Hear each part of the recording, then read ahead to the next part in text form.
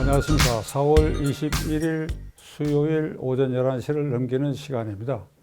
이 시간에는 개헌 논의가 공론의 장에 진입하기 시작했다는 것과 관련해서 여러분과 함께 생각해 보기로 하겠습니다. 지난 월요일 날, 이틀 전 월요일 날 김종인 씨 그리고 정세균 씨가 각각 종편에 출연해가지고 개헌을 논의해야 된다. 그리고 개헌은 빠를수록 좋다. 정세균 씨는 특별히 그걸 강조를 했고, 정세균 씨 외에도 박병석 국회의장이 4월 7일 선거가 끝난 다음 날 공개적으로 개헌 논의를 해야 할 때다. 신속히 논의해야 된다. 이런 화두를 던졌고, 김종인 씨는 작년 7월에 비상대책위원장 자리에 있을 때에 저쪽에서 개헌 제의가 오면 논의를 해보겠다. 그래서 아마 일찌감치 이 개헌 논의를 짚었고, 이낙연 전 대표도 이 개헌 논의를 공개적으로 꺼낸 바가 있습니다. 이들이 말하는 개헌이라고 하는 것은 결국은 대통령과 국무총리에게 권력을 분산하는데, 형식상 대통령은 선거를 한다. 그래서 외교 안보권을 주고 내정에 관한 일체의 권력은 이 국회에서 선출하는 국무총리에게 준다. 지금은 국무총리가 사실 허수아비지요. 그 실권을 국무총리가 쥐게 된다.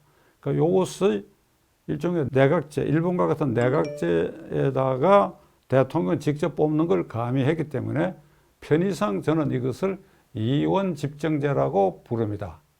그래서 여러분들에게 계속해서 이원 집정제라고 말하겠습니다. 대통령을 뽑기는 하는데, 그러나 그것은 현재의 대통령 책임제 아래서의 권력을 가진 것이 아니라 굉장히 약화된 형식상 외교 안보권만 갖고, 그리고 청와대를 지키는 주인공 노릇만 할 뿐이지 모든 실질적 권력은 국무총리가 갖는다. 지금 앞에 말씀드린 이 김종인 씨 등이 말하는 개헌은 이런 개헌을 하자는 것입니다. 명분은 대통령에게 집중된 권력을 분산해야 되겠다. 그 다음에 지역 갈등, 지역 통합, 지역 분권, 이걸 통합하고 분권을 강화해야 되겠다. 앞으로 남북 평화 통일을 위한 조항을 특별히 더 강화해야 되겠다. 그러니까 이런 명분을 내걸고 이런 개헌 논의에 화두를 던지고 있습니다. 자, 여러분, 만일 이들이 말하는 이원 집정제 이 개헌이 되면 어떤 현상이 벌어지느냐? 첫째로 문재인 대통령이 내년에 퇴임하더라도 그 권력은 여전히 문재인 대통령 승계자인 이게 친문 실세 종북 좌파 친중 사대주의자들로 대표되는 이 현 정권의 기득권이 고스란히 유지되는 것입니다. 그렇지요? 국무총리를 국회에서 뽑게 되니까 지금 180석을 갖고 있지 않습니까?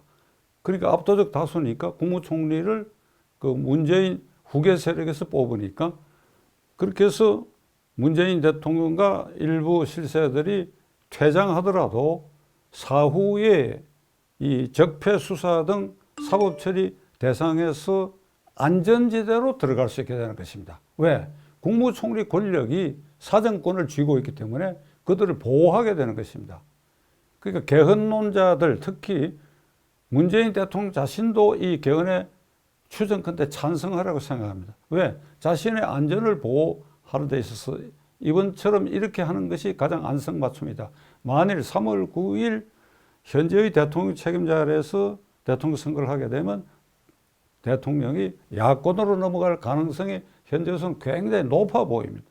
그렇게 되면 그 대통령이 바로 앞에 문재인 정권의 적폐, 두드러지게 적폐, 수사하다가만 울산시장 부정선거 사건 같은 거 계속할 수밖에 없지요. 그게 절대 안전하지 않을 것입니다. 그렇기 때문에 이 이원집정제 개헌은 문재인 정파들의 안전을 보호하게 된다. 둘째로는 2년 전에 개헌을 한번 시도한 바가 있습니다. 그 대통령 발의 개헌안을 국회에 낸 일이 있는데, 그때 뭐 야당이 저는 보이콧 했으니까 통과되지 않았는데, 거기 개헌안의 특징을 보면 자유민주주의라는 조항에 자유라는 글자를 빼버렸습니다. 그러니까 이것은 낮은 단계의 연방제를 도모하는 개헌이고, 따라서 이번에 만약 이원집정제 개헌이 이게 발의가 된다고 한다면 북한 정권과 더욱 친밀해져서 더욱 낮은 단계의 개헌 내용을 담을 것이고, 그것은 결국 김정은 체제에 서울을 향한 꽃길을 놔주는, 대의명분은 평화통일이라고 내가 그랬지만 개헌의 실질 내용은 이런 것까지도 담을 위험성이 있는 것입니다. 자, 그렇다면 여러분, 이러한 개헌 논의에 찬동할 수 있습니까? 절대 찬성해서는 안 해야 됩니다. 이 개헌 논의를 물밑에서 또는 정계의 안팎에서 이런 이원집정제 개헌을 도모하는 상당한 세력이 있고, 또 그러한 유력자들이 굉장히 많다는 것을 저는 최근에 인지하기 시작했습니다. 그 일일이 말씀을 드리지 않겠는데, 그게 상징적으로 김종인, 박병석, 정세균, 이낙연 뭐 이렇게 되어 있습니다만은 굉장한 세력, 그리고 언론계 일각에서도 적극적으로 이 개헌을 도모하는데 편을 들고 있다는 사실을 저는 깨닫게 됐습니다. 굉장히 위험한 일입니다. 이건 현 문재인 정권의 안전판을 도모할 뿐 아니라 그 남북 관계에 있어서도 북한의 꽃길을 놓아주는 굉장히 위험한 결과에 도달하게 될 것이다. 자, 그러면 개인적으로 김종인, 박병석, 정세균, 이낙연, 지금 이런 사람들이 이런 개헌을 도모하는 것은 제 추측인데, 여러분이 그렇게 전제로 들어주시기 바랍니다. 현행 대통령 책임제의 선거에서 대통령을 하고 싶긴 한데 그건 도저히 가능성이 없다고 생각되는 사람들입니다. 오늘 현재로 이제 박찬종의 판단입니다. 김종인, 정세균, 뭐 박병석, 이낙연, 그 현행제도 돼가지고 내년 3월 9일에 어느 당의 공천을 받든지 간에 그 대통령 되기 어렵다고 판단되는 이 사람들이 아주 열성적으로 나서는 것은 이원집정제 개헌을 해서 거기에 상징적인 외교 안보권을 갖는, 뭐 실제로 말하면 허수아비나 비슷한 이 대통령이라도 하면서 뭐 4년이건 5년이건 청와대를 한번 지켜보겠다, 이런 속셈들이 제 눈에는 확실히 보여요. 김종인 씨가 화면에 딱 등장하면 아, 요런 꿈이 있구나. 정세균 당신도 그렇지, 이낙연 그렇지, 박병석도 국회의장까지 했으니까 그거 한번 하고 싶었겠지요. 그러니까 이런 사람들이 또 제야에도 많이 있어요. 그래서 이 이원집정제 개헌은 또 다른 의도에서 아까 말씀드린 것처럼 문재인 정권의 안전판을 위해서도 그렇고, 이걸 도모하려는 세력이 이렇게 서로 모략적으로 이게 힘이 합해지는 지금 이런 과정을 밟고 있다. 그러면 국민의힘당은 지금 개헌 저지선을 가지고 있지요. 실제적으로 한 104~105석 있으니까 무소속까지 합하면, 야당 무소속 홍준표 의원까지 합하면 개헌 저지선 충분히 갖고 있는데, 거기서 한 대여섯 명, 10명만 저쪽으로 넘어가 버리면 국회에서 개헌은 통과될 수가 있습니다. 그런데 이들을 현혹시키는 요소가 하나 있어요. 그러니까 내각제가 되면 결국은 각 부처 장관은 전부 국회의원들이 맡게 되니까, 그 일본이나 우리 보고 있지 않습니까? 그렇게 될 테니까 의석 비율로 한 3분의 1은 야당에도 배당되지 않겠느냐. 그러니까 제가 보기에는 그 분명히 큰 틀에 있어서 도저히 반국민적 개헌인데도 불구하고 국회의원 당사자, 특히 국민의힘당 소속 의원들은 거기 한 10석 정도 차지할 수 있게 될 테니까 순차대로 임기 중에 장관도 한번 해먹을 수 있다. 그 부스러기를 먹자는 것이죠. 부스러기. 큰 흐름은 문재인 정권 보호고 남북관계에 꽃길 놓아주는 것이고, 이런 엄청난 음모적 계략이 인데 불구하고 현상적으로 나타나는 그 부스러기, 김종인 씨는 그 부스러기 대통령, 이런 것 때문에 이게 모략 음모적으로 진행되는데 야당의 저지선이 무너질 위험도 있다. 대통령 권력이 비대하니까 분산할 필요가 있다.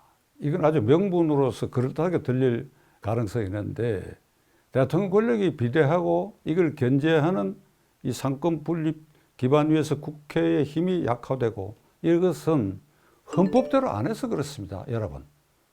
헌법을 안 지키기 때문에, 그리고 안 지켜왔기 때문에 대통령 권력이 자꾸 비대한 쪽으로 갔습니다. 첫째로 국회의원들이 헌법 41조에 규정되어 있는 자율권 조항을 이걸 지키지 않았어요.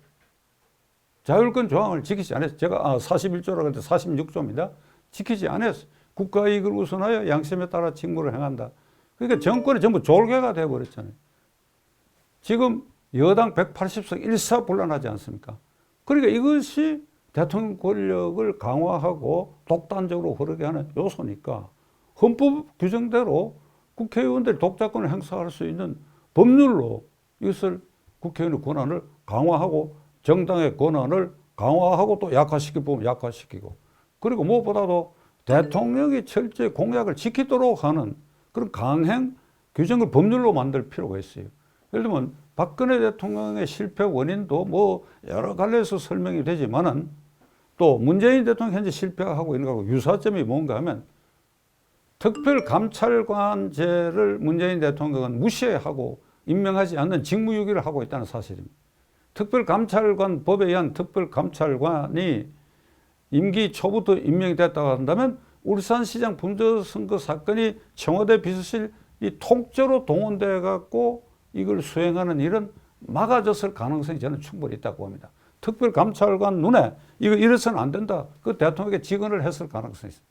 그 다음에 기자회견을 안 한 거. 이거 박근혜 대통령과 똑같습니다. 박근혜 대통령도 기자회견을 자주 했다고 한다면 초기에 아주 기자들이 최순실 일가가 지금도 청와대에 들락거린다고 하는데 사실이냐 하는 질문 한 번만 나왔다고 한다면 그 다음날부터 최순실은 발이 끊겨져서 가능성이 있다. 저는 그렇게 보는 사람입니다. 이건 문재인 대통령의 경우도 마찬가지. 기자회견 아예 안 해버렸어요. 초기부터 한다고 한다면 분명히 울산시정 선거 관계해가지고 송초를 당선시키기 위해서 온갖 무리한 일이 벌어지고 있는 이런 일에 대해서 대통령이 질문을 하게 되고, 그렇기 때문에 이게 중도에 그만두거나 예방됐을 가능성도 있는 것입니다. 따라서 현재 있는 이 헌법을 철저히 지키는 이 조항을 강화하는 것만 하더라도 대통령 권력이 비대하고 그리고 독단적 권력 행사가 상당 부분 이 헌법 취지에 맞다고 얼마든지 약화시킬 수 있는데 그 길은 내버려두고 이 정권 말기에 와서 정략적 차원에서 정권 보호 거기에 빌붙어 가지고 그 내각제에서 오는 이익을 향수하려고 하는 이런 무리들이 이런 개헌을 도모한다고 하는 것은 절대로 용서해서는 안 해야 됩니다. 절대로 반국민적이고 이건 천만부당한 일이다.